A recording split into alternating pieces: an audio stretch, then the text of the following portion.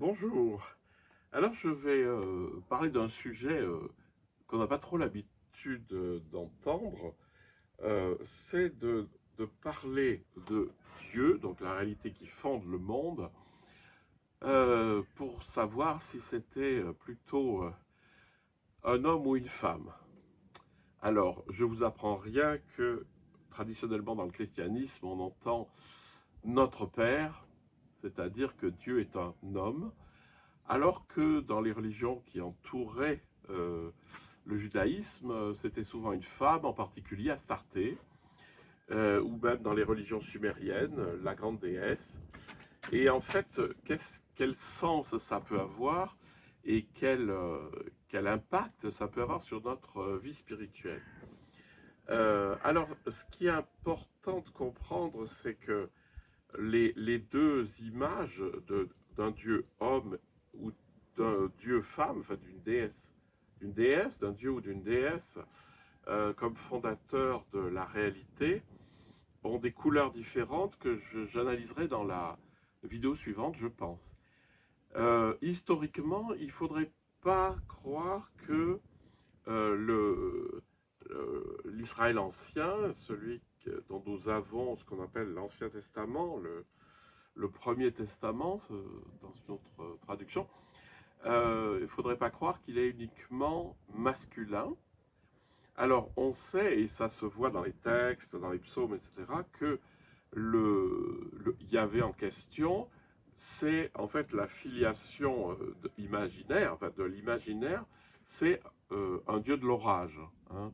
Donc il y a énormément de citations où toi qui envoie la foudre et les éclairs, les orages, etc., qui le relie au dieu, au pluriel, aux dieux du bassin méditerranéen, qui étaient des dieux de l'orage.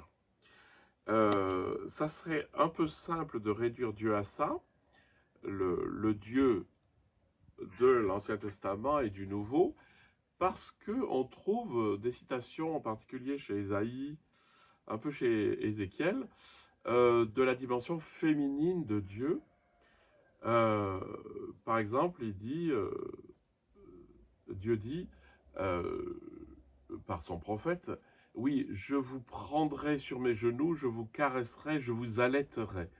Et donc, en fait, dans le texte, on parle bien des seins de Dieu qui allaitent. Donc, c'est vraiment sa qualité féminine, maternelle plutôt même. Et vous avez aussi une expression qui revient très très souvent, qui sont les entrailles de miséricorde. Les entrailles, enfin, euh, de temps en temps on dit, ben, Jésus fut ému de compassion, mais en fait il a été remué dans ses entrailles. C'est de nouveau les entrailles maternelles, puisque ce mot se retrouve essentiellement pour manifester l'accouchement et le fait qu'une femme donne vie à un enfant.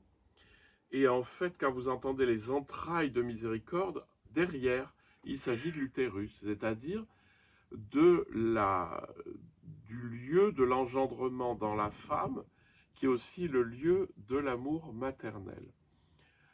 Donc vous avez d'un côté, même dans la tradition ancienne, vous avez un Dieu euh, à caractéristiques masculines et un Dieu à caractéristiques féminines dans le même, parce que vous pensez bien que Dieu, il n'est pas genré. Euh, vous ne pouvez pas dire Dieu est un homme ou Dieu est une femme, c'est évident, ça c'est par rapport à nous. Mais par rapport à deux qualités complémentaires dont je vous ai déjà parlé et que je définirai après. Ce qui est très intéressant, c'est qu'au tout début du temple de Jérusalem, en fait, dans le temple, après c'est devenu, il ne doit rien y avoir dans le Saint des Saints, etc., mais il y avait des objets, et en particulier une statue de Yahvé et une statue de ce qu'on appelle sa parèdre, c'est-à-dire son épouse, qui était vraisemblablement Astarté.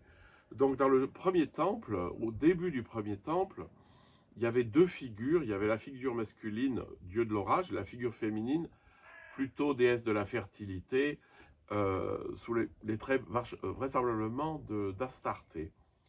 Et je trouve que c'est particulièrement intéressant que dans le Saint des Saints, on retrouve les deux aspects du divin, l'aspect masculin, l'aspect féminin. Parce qu'après, on a beaucoup poussé sur un Dieu qui était très à l'image des hommes de l'époque, à faire la guerre, vous me direz, ça n'a pas beaucoup changé, à faire la guerre, à brandir le, le, le glaive, à zigouiller tout le monde, à demander des comptes, etc.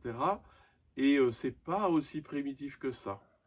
C'est-à-dire que l'imaginaire dans l'Ancien Testament du divin utilise la métaphore de l'homme et de la femme dans des mesures moindres, mais néanmoins c'est très présent.